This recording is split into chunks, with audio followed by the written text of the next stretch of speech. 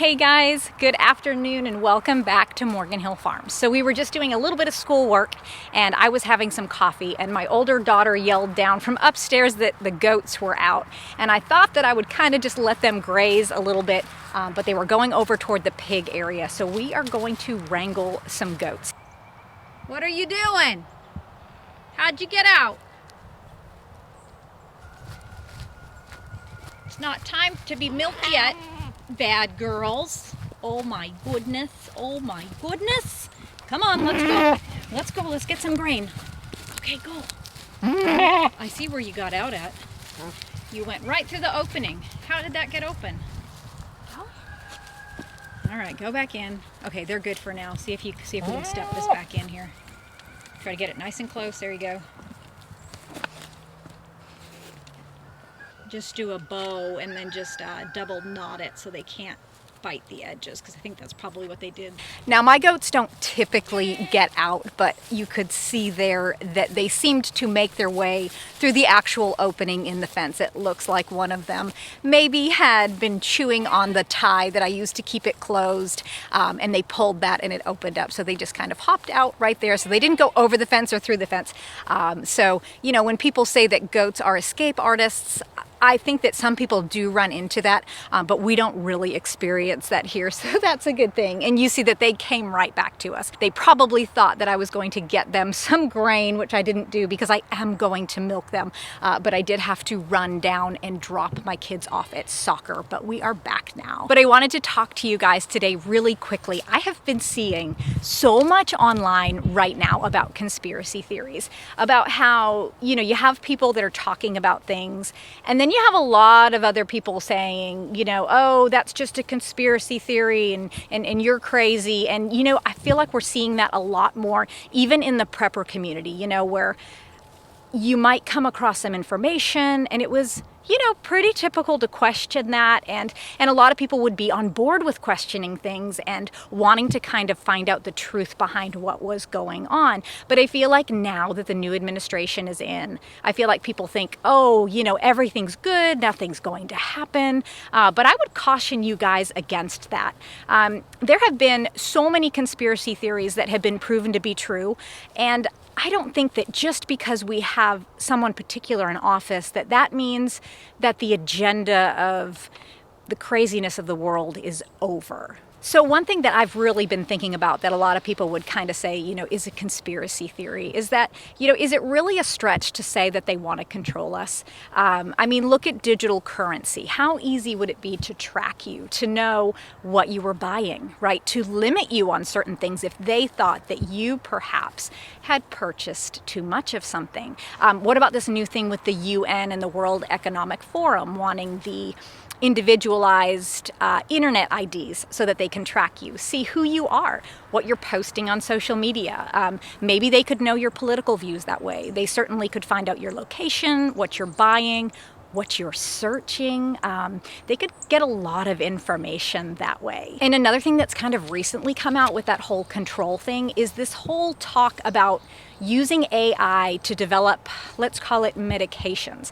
So they've been talking a lot lately about having the ability to analyze your DNA and then using that to determine what type of illnesses that you might be predisposed to. So for instance, you know, if you've ever gone into the doctor's office and they said, you know, does your family have a history of cancer? If your family has a history of colon cancer, they might want you to be screened more often for colon cancer, right? You're going to go in and have that colonoscopy. But analyzing your DNA is going to give them a whole host of information. And then what they want to do is they want to form, we're going to call it again, medications that will prevent you from getting these diseases, right? They'll keep you cancer-free. I feel like everybody has cancer. In fact, we have 2 kids at our high school right now, 2 teenagers that have cancer. It's just so incredibly sad how many people are becoming sick, how many of our young people are sick right now. Some of these things I think that we could argue are good, like, hey, don't you want to stay disease-free? But when you start to follow the money, that is when you really start to realize that even though these things look good, they aren't. When you consider that pharmaceutical companies made $1.6 trillion in 2023, that right there kind of shows you a little bit of your agenda. This is how they make their money. They want to keep you sick. They want to keep you on medication. From COVID alone, they made $90 billion. So if you don't think money is their motivator, I would think again. How about the conspiracy theory, that people like to say is a conspiracy? Is it really a stretch to say that they want to control our food? You've all heard the saying, control the food, control the people. And look at what we did to the Native Americans back in the 1800s. They did not want to comply with what the United States government was requesting from them. And so what we did as a government is we mass slaughtered their food source, which was the bison. Once their food source was gone, that's when the Native Americans succumbed to the pressures of the government, giving them what they wanted in exchange for food. So if you think that this couldn't happen now, if you look back at the 1800s and say, that was a simpler time, people were more honest, there wasn't this corruption that we see today. Well, I think that there was. So when you consider that, also, if you've seen anything lately about, hey, it's actually really bad for the environment if you grow your own garden, the carbon emissions of you producing your own food is 6 times greater than if you just get it at the store. I don't know if I believe that or not. My garden here is producing super healthy food. I'm not using an 18-wheeler with a diesel engine to transport it to the store. I'm not using my car to go to the store to get this stuff. It's simply growing in the ground. But I think that the environmentalists and those in charge would rather have you leave growing food to the professionals, because you may not be qualified to do it and you are hurting the environment more than what they are doing on their private jets, flying here and there. Certainly that could not be taken into account to say that they're causing more carbon emissions than we are growing our carrots and tomatoes here. Or what about the whole thing with chicken eggs? I'm sure you guys have seen prices in the stores right now. They're about $4 to $5 a dozen here in South Carolina. But have you guys heard that raising your own backyard chickens will give you salmonella and could possibly kill you? You should definitely not touch your chickens. You should not touch anything that they touch. If you do, you should wash your hands immediately. You should also supervise your kids, because they are so much more likely to get sick from salmonella and possibly even die. The CDC says that this is a real thing and you really need to be careful with backyard poultry. You should leave the egg production up to the professionals, because you doing it at home could cause your demise. And I'm sure you guys are aware of the H5N1 outbreak that has been happening. It's been causing a lot of hatcheries and a lot of poultry farms to have to cull millions and millions and millions of birds. They're saying that the H5N1 could be the next pandemic, and it will be so much worse than what we saw in 2020. The CDC is recommending that you get a flu shot and you get a booster. I'm not sure how that translates to H5N1, but perhaps it does. I haven't done enough research on that.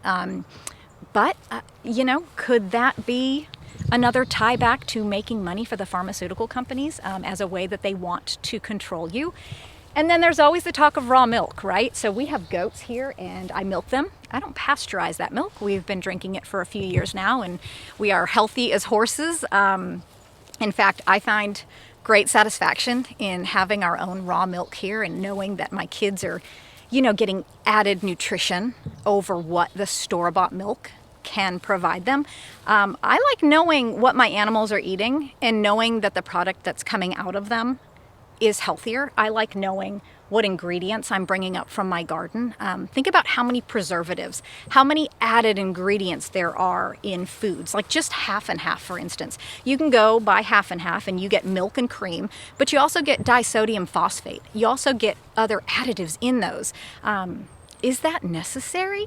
I don't know, but I surely don't want it in my body. If I'm consuming milk or I'm consuming cream, I want it to be cream. I want it to be milk. I don't want any of the added preservatives and added colors or flavors or things like that in my food. I think growing a garden is the best way really to combat a lot of this control that the elite in our world want to have. If you can be self-sufficient, if you can grow a garden, get some backyard chickens, maybe some pigs, learn a new skill. And if you're already doing that, ramp that up, because even though things seem good right now, there is going to come a day when that sense of peace and that just good outlook is not going to be there. We know that the world is just going to continue to get worse, that things are going to continue to deteriorate.